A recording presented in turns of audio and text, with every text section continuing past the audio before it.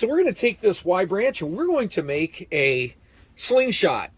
And the slingshot is a fun resource that you can use for stopping game in the woods, and it's certainly effective. Remember, as a child, hunting squirrel and rabbit with a slingshot quite successfully. And so I've prepared a number of meals with a slingshot. And so what we're going to do is we're just going to take this, a perfect Y branch for a slingshot. And so we're just going to mark it up and prepare it and make a few cuts. So I'm probably going to give myself maybe an inch below my hand, or where I think I'm going to grip that. And then across the top of these Ys, I'm going to cut this off, but I want to make sure we get a nice straight cut. And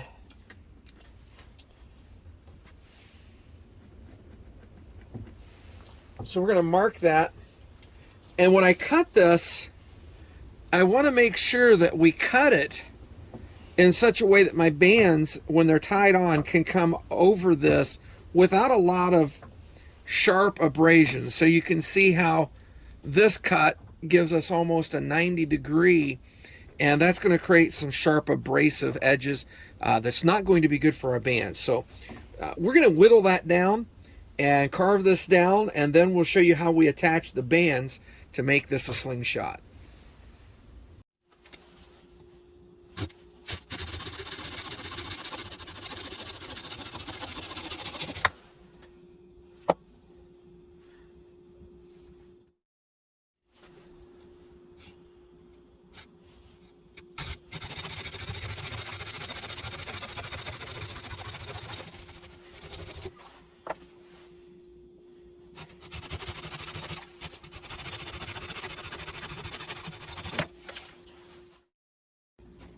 So now just a quick note, when we cut these, we cut them so that we have a somewhat straight across, but I cut the angle in such a way the bands are going to come over this.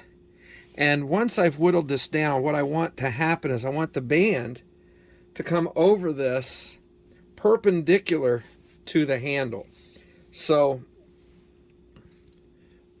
when I cut this, they each are cut with that in mind, so that as I whittle this down, I don't have to take off a whole lot more material.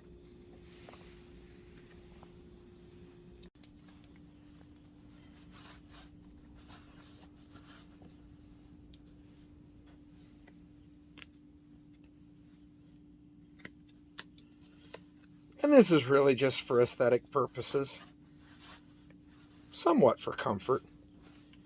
And as the wood dries, the oils in my hands will bring out some of the natural. So we had a knot there, and basically just whittled that down. And I'm not opposed to having the knot. It kind of, in fact, there's a knot on each side, and I'm kind of feeling it and just whittling at it until I feel like it's comfortable in my hand. And that's really what I'm trying to accomplish. Again, this birch wood whittles really nicely. And I do want to point out, I don't really know the condition of the wood as far as how long it was down on the tree. I will tell you that it had not been down long. There had been an ice storm, and this branch broke off in that freeze and thaw cycle. It was a fairly large branch. At the largest point, it was about 8 inches in diameter, but it was already starting to bud because we had had some warm days. And so that meant the sap was rising and had already gotten to this lower branch before it was broken off. And so I found it at just the perfect time to harvest the bark.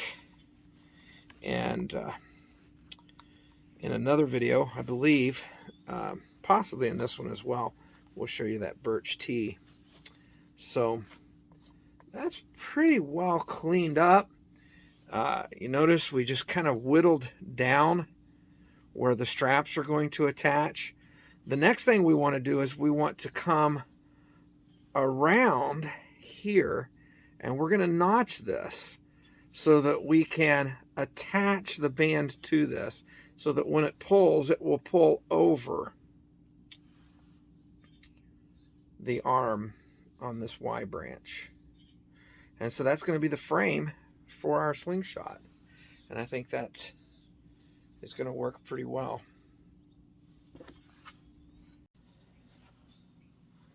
So I just started that notch with my saw, and I'm just going to chip out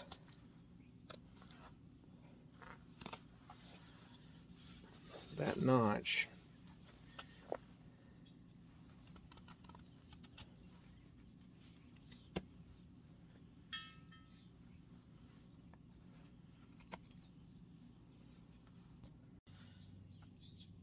So to bind this band onto my Slingshot, I'm just going to use some number 36 tarred bank line.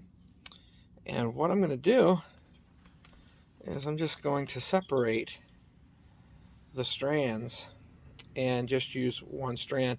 Be more than enough strength for holding this Slingshot together.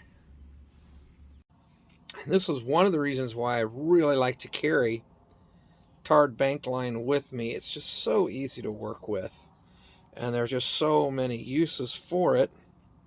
As you can see, that's rolling out and separating quite easily, and once I remove the third strand, the other two will pull right apart. So we're basically going to whip this onto our Slingshot frame, and so we're right there at that groove where the rubber is going to extend just below it, and we're going to begin whipping this around just below the groove.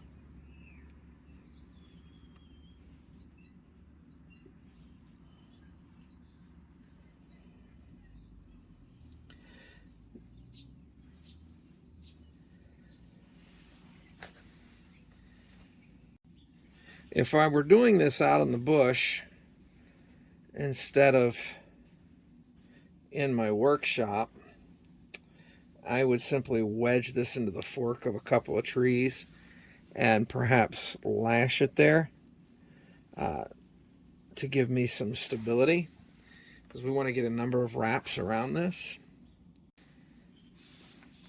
And once I reach the top, take that through my loop that I left for myself there. If you're not familiar with whipping, there's a lot of videos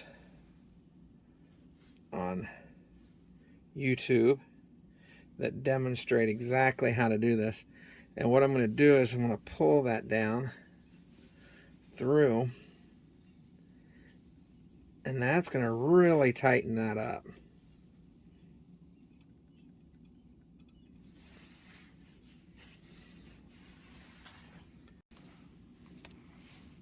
So to really pull this through, I'm going to use a piece that I cut off of my frame as a toggle.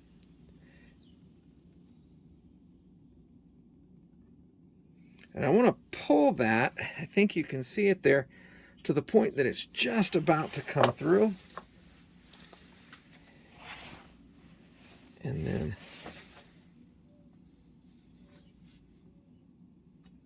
just going to cut that off. Trim that one. And then we will duplicate that on the other side. And as you can see, that comes right over my frame.